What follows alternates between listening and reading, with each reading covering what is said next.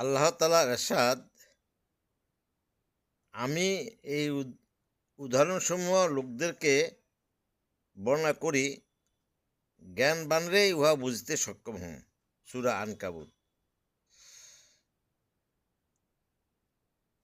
আল্লাহ তাআলা আরও বলেন, যেমনভাবে আমি কাবাকে কেবলা নির্ধারণ করিয়া তোমাদের উপর আপন নিয়ামতকে পরিপূর্ণ করিয়াছি, তেমনভাবে আমি তোমাদের মধ্যে একজন মহান রাসূল প্রেরণ করিয়াছি, যিনি তোমাদের মধ্য হইতে একজন, তিনি তোমাদেরকে আমাদের আয়াতসমূহ পড়িয়া শুনান, তোমাদেরকে নফসের নাফাকি হইতে পাক করেন, তোমাদেরকে কোরআন কারিমের তালিম দেন এবং এই কোরআনের ব্যাখ্যা ও আপন সুন্নত ও তরিকার তালিম দেন, আর তোমাদেরকে এরূপ কাজের কথা শিক্ষা দেন যাহা তোমরা শুনিতেও না, জানিতেও না।